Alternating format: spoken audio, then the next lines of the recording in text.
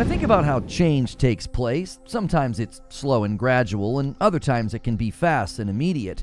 When it comes to the evolution of the Xbox brand, it's been more like a train picking up speed. Slow at first, but eventually momentum picks up and then it's full steam ahead. And that's never been more true than hearing that a game like Forza Horizon 5 is headed to PlayStation. Rumblings about bigger and more prominent Xbox titles coming to PlayStation was met with a lot of skepticism. Would the holy trinity of Xbox really make the jump? With Halo, Gears, and Forza feeling like the three pillars of the brand, how would Xbox decide to move them and when? Because while this is shocking, it honestly isn't surprising. Phil Spencer made that crystal clear when he said there were no red lines in the catalog, and he made it very clear when he recently dismissed Destin Legary's question about Starfield staying put with an almost dad-like annoyed answer of no. Even knowing that this was likely coming, seeing Forza on PlayStation seems almost otherworldly, because honestly, seeing that game on PlayStation is the first sign of what feels like a port apocalypse, which begs the question, who's next? And when it comes to the remaining big two, Gears of War and Halo, we actually already have quite a bit of smoke around these titles on the subject. And there was a huge revelation about Microsoft's publishing revenue that will not sit well with the Xbox loyal. But before we get into all of that, be sure to hit the like and subscribe button and check out the live discussion that followed this video. Every company has a logo, every brand has an icon, and every team has a mascot. And it's hard to deny that Master Chief checks all three boxes for Xbox. He's more than a mascot, he's bigger than an icon, and his helmet is better than a logo. And you can't really manufacture things like this. It just sort of happens. And the reason that this works and is so potent and memorable is the character itself becomes sort of a catalyst and a touch point for somebody getting into gaming. And for many people, that was Master Chief. Recently, I uploaded a video about rumors of Halo headed to PlayStation, and essentially I concluded that nothing is sacred if this actually happens. Now, rather than retread that, I want to talk more about what we're hearing about Halo heading to PS5, because even after all this change and even strong statements from Phil Spencer himself, some fans just refuse to think that this is possible. Well, one of the most convincing sources on this is somebody who strongly said this sort of thing would never happen. Jez Corden of Windows Central was responding to a tweet when somebody said, "Is Halo on PS5 really happening?" And his reply was simply, "Yep, Master Chief Collection is first, I heard, but we'll see." Now, because of the way the question was posed, I think Jez is passively confirming that Gears is also coming, but we'll talk about that in a minute. The Halo Master Chief coming to PlayStation, though, would be a monumental and undeniable shift. This wouldn't be newly acquired studios or games that were already in production. This is grabbing your brand mascot, your console's icon, and taking that status away from him. And the Master Chief Collection coming means that some other things that we have heard are also very likely. The next mainline Halo is rumored to be coming to PlayStation, and honestly, if the Master Chief Collection makes the jump, there's really no holding back. And sure, some will respond and say, well, Phil said there's no red line. He already said he doesn't want to fence off games. But this kind of thing is like hearing about something crazy and then actually seeing it happen. Somebody could do their absolute best to describe an entire warehouse exploding to you, but actually seeing it happen, well, that would be shocking. Being told that nothing is safe and that anything can go to the other team, well, it's a little bit different than seeing it take place in front of you.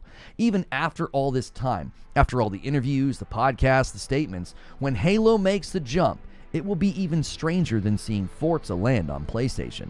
But there's another title that stands to be even more popular with the PlayStation crowd, and it isn't Halo. We are just 1 year away from the 20-year anniversary of Gears of War, and this is a game that for some is just as iconic as Halo for the Xbox console. I distinctly remember covering my screen with blood as my chainsaw revved its way through anything I could sink its teeth into. My old projection TV certainly got its fill of Marcus Phoenix and the bodies of the Locust Horde in my first apartment. And with Gears of War E-Day, the series looks ready to go back and see how it all started. What better way to introduce the franchise to an entire fan base than to start at the beginning? And currently, with no announced release date, and the recent announcement that People Can Fly is helping co-develop the game, it's in a prime spot for a multi-plat release. 2025 is already pretty stuffed for Xbox studios and Xbox published games. I even have my own theory that Outer Worlds 2 was moved earlier as a multiplat release so that they could push Fable back and delay it to get it ready for its own multiplat release, but more on that in a moment. If Gears of War E-Day is still a ways away, what's the current rumor about Gears coming to PS5? Well, right now, multiple sources have claimed that the Gears collection is coming. Now, this would honestly make sense as to why we just kept hearing about the Gears collection, but then we never saw it. It likely got delayed and then slated for a PlayStation port. Now, all of this is going to be salt in the wound for folks who took Phil Spencer's comments about just 4 games to signal that this would be just a slow thing or just a few titles. The Forza port is coming with crossplay between Xbox, PC, and PS5. That's not something that you just threw together. And if a Gears collection lands on PS5 the same time it hits Xbox, well, that would be uniquely frustrating for Xbox fans. Something they've continued to hear whispers and rumors about. Well, it finally shows up, and then it's also on the rival platform at the same time.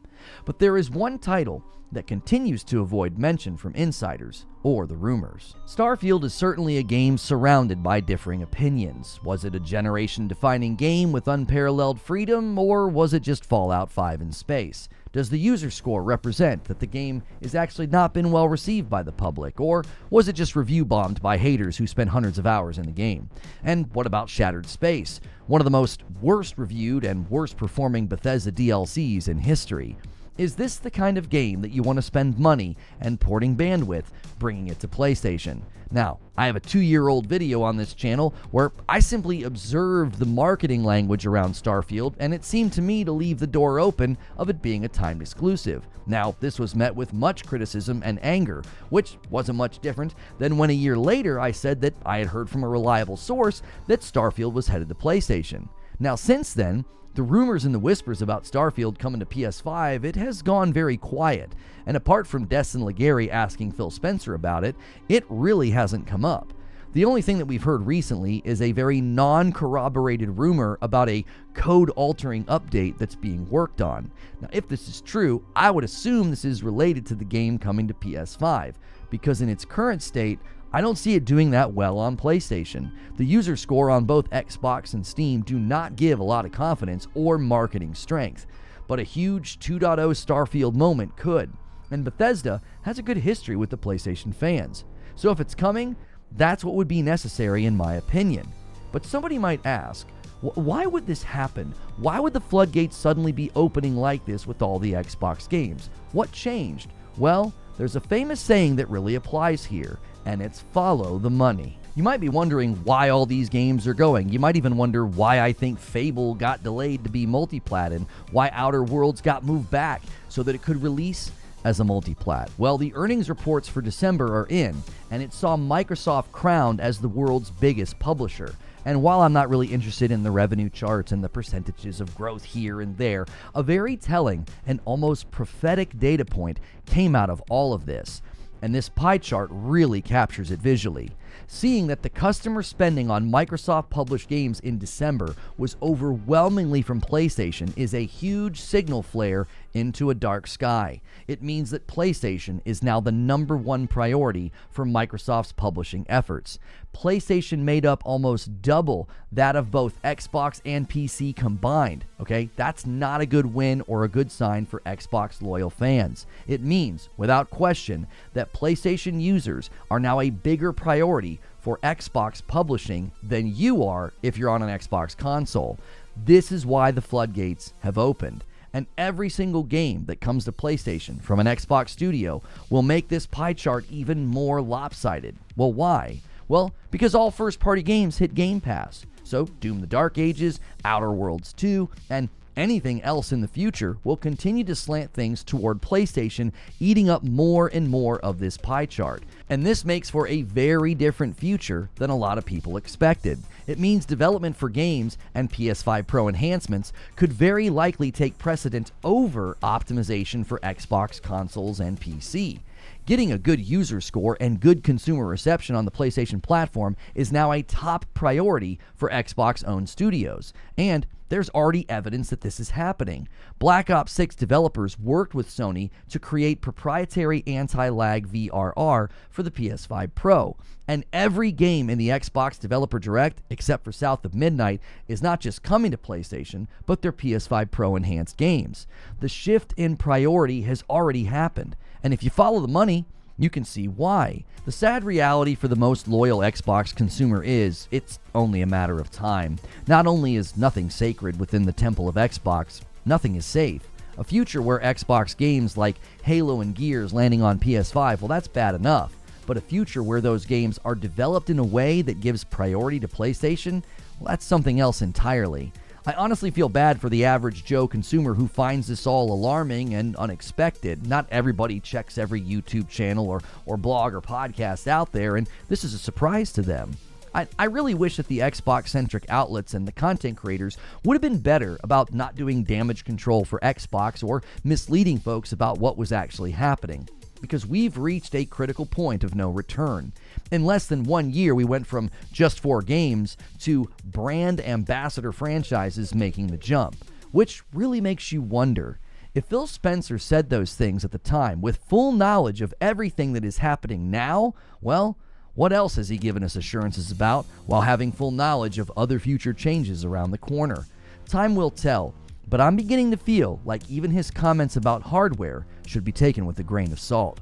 But those are just my thoughts, and I'd love to hear yours. Leave a comment below. You may get featured in the live stream that follows this. It hits a card here, and I put a link to that live stream below as well as a pinned comment. As always, if you like this content, please remember to hit like, share, and subscribe.